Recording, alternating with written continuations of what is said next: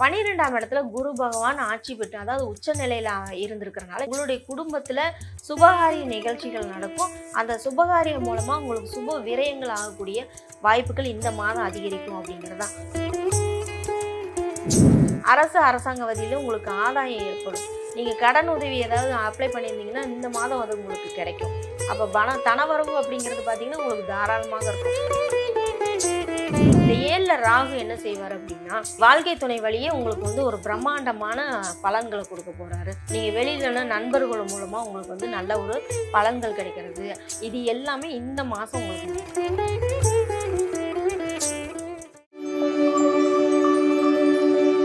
இந்த நவம்பர் மாதம் உங்களுக்கு ஒரு அற்புதமான மாதமாக இருக்கும். இது எப்படி உங்களுக்கு இருக்கும் அப்படிங்கிறத நம்ம இந்த பார்க்கலாம். 12ஆம் இடத்துல குரு பகவான் ஆட்சி பெற்று அதாவது உச்ச நிலையில இருந்திருக்கிறனால இந்த மாதம் முழுவே இப்படிதான் இருக்கிறாரு. அப்படிங்கும்போது உங்களுடைய குடும்பத்துல சுபகாரிய நிகழ்ச்சிகள் நடக்கும். அந்த சுபகாரியம் மூலமா உங்களுக்கு சுப விரயங்கள் ஆகக்கூடிய வாய்ப்புகள் இந்த மாதம் அதிகரிக்கும் அப்படிங்கிறதா. உங்களுடைய செலவுகள் அனைத்துமே பாத்தீங்கன்னா ஒரு இனிமையான செலவுகளாக அமைஞ்சிரும். அதாவது வீண் விரயம் ஆகாம அது ஒரு சுப விரயமாக ஆகக்கூடிய செலவுகளாக உங்களுக்கு இருக்கும் அப்படிங்கிறது தான். உங்களுடைய ராசிக்கு ராசிலேயே பார்த்தீங்கன்னா கேது பகவான் வேற அமைந்திருக்காரு. அப்போ உங்களுடைய மனசுல ஒரு இதை பண்ணலாமா, அதை செய்யலாமா, ஒரு தெளிவற்ற சிந்தனை, ஒரு தெளிவில்லாத மனநிலை அந்த மாதிரி எல்லாம் அமையறதுக்கு வாய்ப்பு இருக்கு. அதனால சித்தர்களோட ஜீவ சமாதி வழிபாடு கண்டிப்பா நீங்க செய்யணும். அப்படி செய்யும் போதுதான் மனம் பாத்தீங்கன்னா உங்களுக்கு தெளிவான சிந்தனையை கொடுக்கும். உங்களுடைய முயற்சிகளுக்கும் தடை இல்லாம இருக்கும். அதே போல பாத்தீங்கன்னா 3ல சூரியன் இருக்கும்போது ஒரு துணிச்சல் அதிகமாகும். ஒரு மன தைரியம் அதிகமா இருக்கும். அரசாங்க வதியில உங்களுக்கு ஆதாயம் ஏற்படும். நீங்க கடன் உதவி ஏதாவது அப்ளை பண்ணியிருந்தீங்கன்னா இந்த மாதம் அது உங்களுக்கு கிடைக்கும். அப்ப தனவரவு அப்படிங்கிறது பாத்தீங்கன்னா உங்களுக்கு தாராளமாக இருக்கும். பொருளாதார முன்னேற்றம் அமையும். கேட்ட இடத்துல உங்களுக்கு உதவி கிடைக்கும். அப்போ உதவிகள் கிடைக்கும் போது உங்களுக்கு அற்புதமான பலன்களை கொடுக்கும். நீங்க நினைச்சது நிறைவேறக்கூடிய வாய்ப்பு உண்டாகும். அப்போ நீங்க தினமும் பாத்தீங்கன்னா என்ன செய்யணும் அப்படின்னா, யோகா, உடற்பயிற்சி, இது மாதிரி நீங்க தியானம் பண்ணணும். மெடிடேஷன் பண்ணும்போது பாத்தீங்கன்னா மைண்ட் ரிலாக்ஸ் ஆகும். அப்ப மைண்ட் ரிலாக்ஸ் ஆச்சுனாலே உங்களுக்கு எல்லா காரியங்களையும் உங்களுடைய தெளிவான சிந்தனைகள் எல்லாமே தீர்வுகள் உங்களுக்கு நல்ல ஒரு சாதகமான தீர்ப்பு உங்களுக்கு நீங்களே வழங்கிக்க முடியும். அப்புறம் 4ஆம் இடத்துல பாத்தீங்கன்னா சூரியன், செவ்வாய், சுக்கிரன் அப்படி இருக்கும்போது 4ல சூரியன் இருக்கும்போது உங்களுடைய வீடு, வண்டி லோன் கேட்கறது, ஒரு வீட்டுக்கு சம்பந்தமான லோன்கள் நீங்க கேட்டிருக்கீங்க அப்படின்னா அது இந்த மாதம் உங்களுக்கு கிடைக்கக்கூடிய வாய்ப்பு அதிகமா இருக்கும். 8ஆம் இடத்துல பாத்தீங்கன்னா சனி பகவான் வக்ரகதியில இருக்கார். அப்படி இருக்கும்போது உங்களுக்கு எதிர்பாராத விதமா நீங்க ஒரு இன்சூரன்ஸ் நீங்க போட்டிருக்கீங்க, மெடிக்கல் இன்சூரன்ஸ், அதை கிளைம் பண்ணக்கூடிய வாய்ப்பு அப்படிங்கிறது கிடைக்கும். இந்த கிளைம் பண்ண உங்களுடைய இன்சூரன்ஸ் உதவித்தொகைகள் இதெல்லாம் கிளைம் பண்றது இந்த மாதத்துல உங்களுக்கு கிளைம் அந்த அமௌண்ட் உங்களுக்கு கிடைக்கும். உதவித்தொகை அமௌண்ட், நீங்க கோரிய அமௌண்ட், கடன் உதவிகள், இது எல்லாமே இந்த மாதம் உங்களுக்கு கிடைக்கக்கூடிய வாய்ப்பு அப்படிங்கிறது இருக்கு. அதே போல 7ஆம் இடத்துல ராகு. இந்த 7ல ராகு என்ன செய்வார் அப்படின்னா, மனைவி, வாழ்க்கை துணை வழியே உங்களுக்கு ஒரு பிரம்மாண்டமான பலன்களை கொடுக்க போறாரு. வாழ்க்கை துணை வழியே உங்களுக்கு நல்ல ஒரு ஆதரவு கிடைக்கிறது. நீங்க வெளியில நண்பர்கள் மூலமா உங்களுக்கு நல்ல ஒரு பலன்கள் கிடைக்கிறது. அனுகூலமான பலன்கள், ஆதரவு கிடைக்கிறது, உதவிகள் கிடைக்கிறது. இது எல்லாமே இந்த மாசம் உங்களுக்கு நடக்கும். அதே போல பாத்தீங்கன்னா உங்களோட உடல் ஆரோக்கியத்திலே நீங்க கொஞ்சம் கவனம் செலுத்தணும் அப்படிங்கிறது தான். ஏன்னா மறைமுக தொற்று, நீங்க அடிக்கடி பயணம் போவீங்க.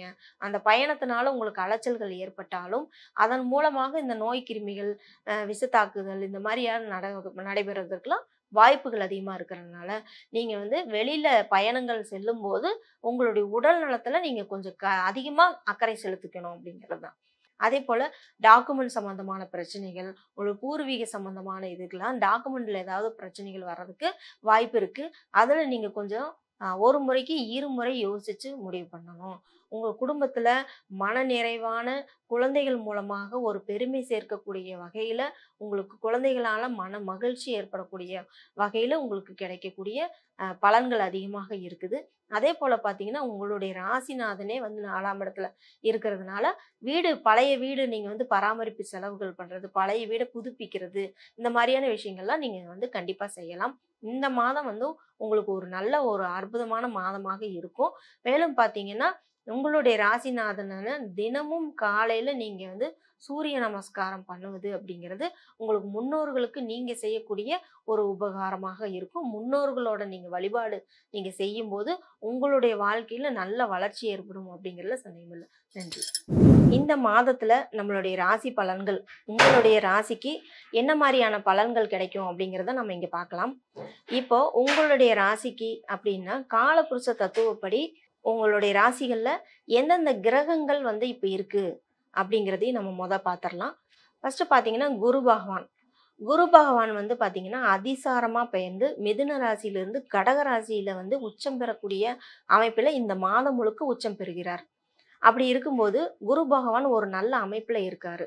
உங்க ராசிக்கு அது எத்தனாம் இடத்துல இருக்குது அப்படிங்கிறத நம்ம இப்ப வரிசையில பார்ப்போம். அதற்கு முன்னாடி கிரகங்கள் வந்து எந்தெந்த இடத்துல இருக்கு, என்னென்ன ராசியில அமைய பெற்றிருக்கு அப்படிங்கிறத நம்ம பார்க்கலாம். குரு பகவான் கடக ராசியில உச்சம் பெறுகிறார். அடுத்து பாத்தீங்கன்னா சிம்ம ராசியில கேது பகவானும், கன்னி ராசியில சுக்கிரவனும், துலாம் ராசியில சூரியன், புதன், செவ்வாயும் அமர்ந்திருக்காரு.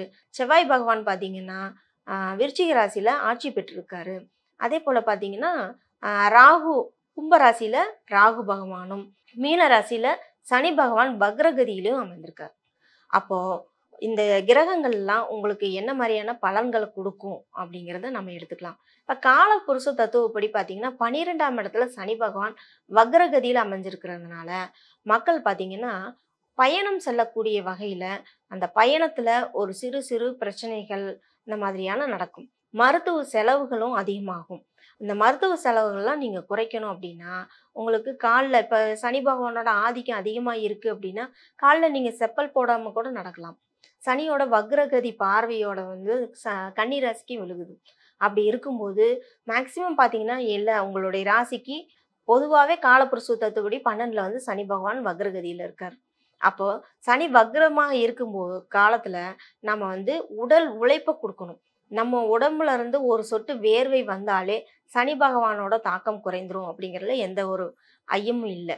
சனி பகவானோட தாக்கம் குறையணும் அப்படின்னா நம்ம கால்நடையா நம்ம வந்து நடந்து போறது, செப்பல் இல்லாம நடந்து போறது, ரோட்டோர இருக்கிற மக்களுக்கு, உடல் ஊனமுற்றவங்களுக்கு அவங்களுக்கு வந்து உங்களால முடிந்த உதவிகள் செய்யறது, இது எல்லாமே உங்களுக்கு நல்ல பலனை கொடுக்கும்.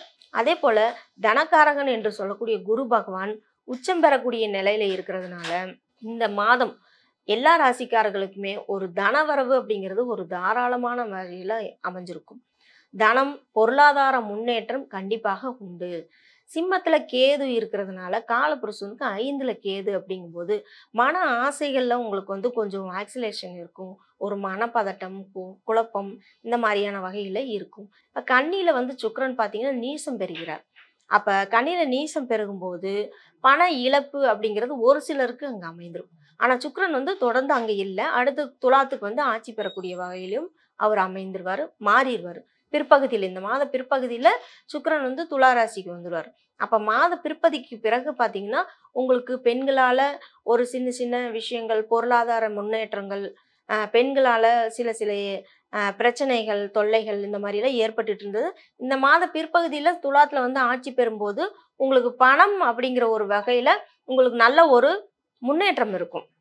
நீங்க எதிர்பார்த்திருந்த பணம் அப்படிங்கிறது கண்டிப்பாக கிடைக்கும். அப்ப 12 ராசிக்காரர்களுக்குமே பாத்தீங்கன்னா உங்களுடைய இந்த மாதம் ஒரு அற்புதமான மாதமாக அமையும்.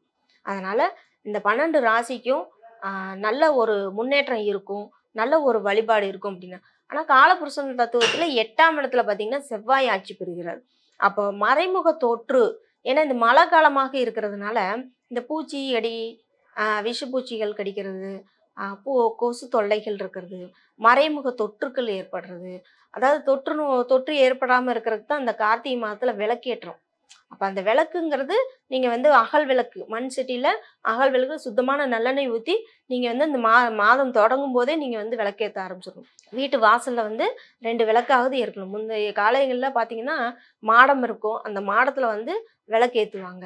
அதை நீங்க வந்து தொடர்ந்து பயன்படுத்தணும். அப்பதான் அந்த நோய் தொற்றுக்கள்ல இருந்து நம்ம காட்டணும். கண்ணுக்கு தெரியாத பூச்சிகள், கண்ணுக்கு தெரியாத விஷயங்கள் இருக்கும்போது அந்த பூச்சிகளால நம்மளுக்கு தொற்று நோய் பாதிப்பு அப்படிங்கிறது ஒண்ணு இருக்கும். அதனால இந்த நவம்பர் மாதம் முழுக்கும் நீங்க வந்து அகல் விளக்குல நல்லெண்ணெய், சுத்தமான நல்லெண்ணெய் ஊற்றி நீங்க விளக்கேற்று வருவது அந்த மாதம் முழுக்கும் ஐப்பசி, கார்த்திகை மாதம் முழுக்க நீங்க வந்து இந்த விளக்கேற்றுவது மிக ஒரு அற்புதமான பலன்களை கொடுக்கும்.